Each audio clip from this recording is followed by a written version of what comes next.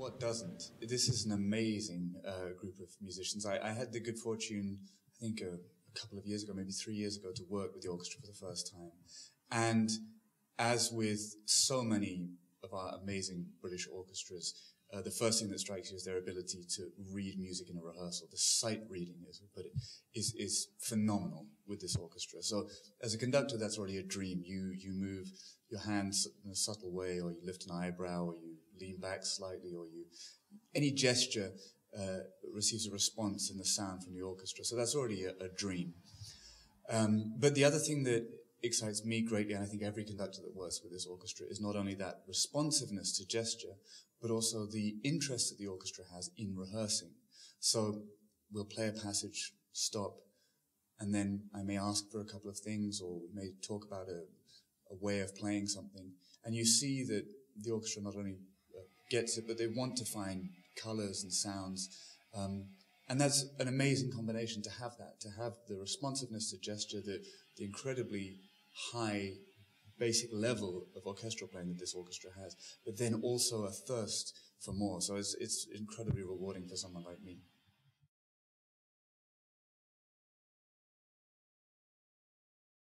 What's very interesting is a comparison between the UK and Germany, for example. So the method with which an orchestra works, the way they rehearse, the way they sight read, is different.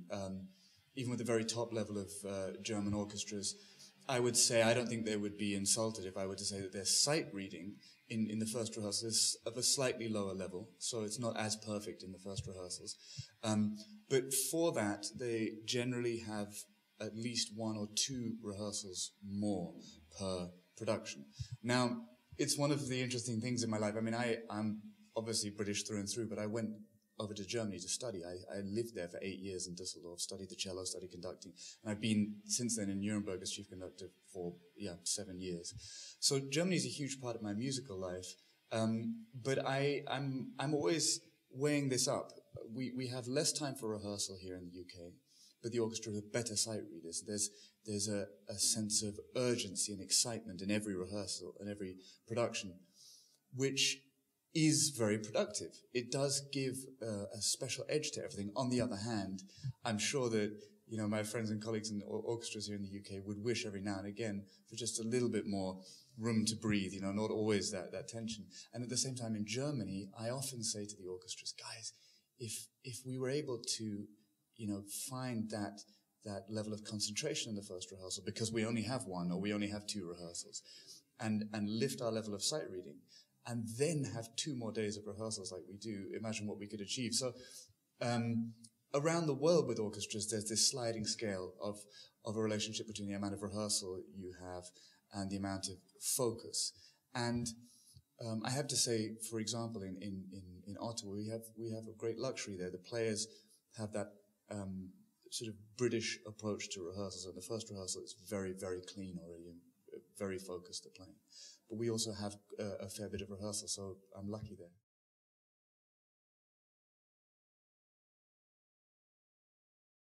A position like principal associate conductor is a sort of making official of a relationship with the orchestra. It's saying, we get on well, and it's something that both sides believe has a future, and a step towards saying, right, well, let's do more together. Let's see where this leads us. And I feel, if you look at this orchestra's history, not just what they are now, but you look at their history, I feel incredibly privileged. There's such a line of astonishing musicians have been in the orchestra, have conducted the orchestra, and have performed as soloists with the orchestra.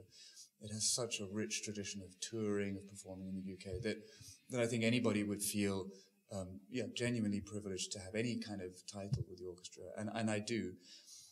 But I think it's a little bit like, conductors' relationships with orchestras are a little bit like when you're single and you start dating. You go out for a dinner with a girl and it's that's nice, I like her, it kind of works, there's a good chemistry, and then you meet the next week and it just kind of develops, and then you meet a week later and maybe that one doesn't work, and so you say, okay, that's maybe not the right. But then the next time you try, it's one of those ones where after every date it feels like, there's something there, and there's a trust there, and a feeling like it could be mutually beneficial and mutually interesting.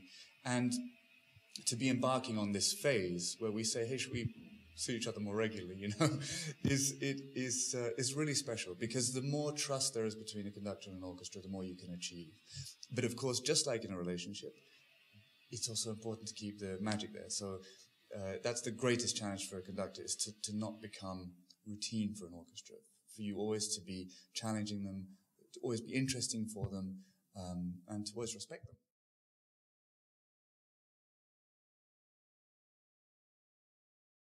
I think it'll be nothing new to hear this, because I think that this is the way most musicians work. But my modus operandi is very much to try and connect with the essence of every work. So, you know, a conductor's life is an interesting one. We spend an awful lot of time sitting at a desk studying scores, and that's a very intimate relationship. I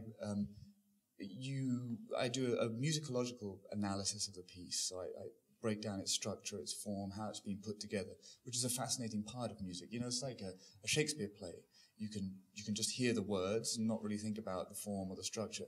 But then you can look at iambic pentameter and you can realize, okay, wow, he didn't just write this story, which is incredible in itself. He decided to shackle himself with iambic pentameter. And the more you understand those little forms like iambic pentameter, and it gives equivalent, we have equivalent in music, the more you start to see where he breaks the shackles, you know. And so that's an important part of my work, is understanding the craftsmanship in a piece, let's say a symphony. But you have to do that early enough that becomes innate. You understand it. If someone asks you about it, you could talk about it.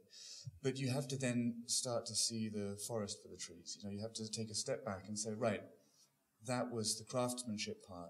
But what was Beethoven or Shostakovich or Brahms? What were they actually trying to express with this music, if they were trying to express anything concrete at all?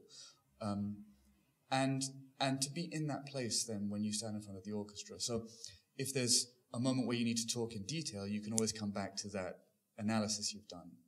But basically is to try and find that thread, because I think that's what speaks very strongly to the audience, and we can't forget that's what we're there for. We're there as a conduit for the music that was conceived of by these incredible men and women over the centuries. We're there as a conduit to present it to the people listening to it. And unless you're in that place, unless you're in that zone, it's very hard to do that honestly. And so I'd say that if I aim for anything in concert, it's to be in the right place for each piece, is to be the right representative of each piece, and to bring the orchestra with me.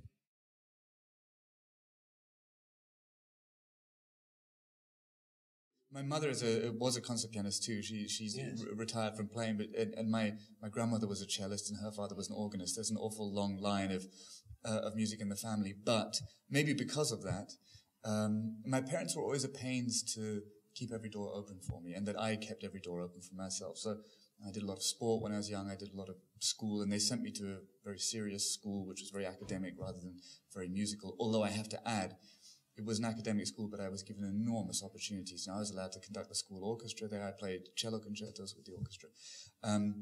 But I think what they said to me is very true of any profession that's like music, or indeed any profession. They said, you only go that route if that is absolutely all you want to do. You know, if that's your absolute passion. Because as with sport or as with any very intense academic subjects, music is one of those things that, in order to wake up every day and have the drive to study and get better and improve, it needs to be the love of your life.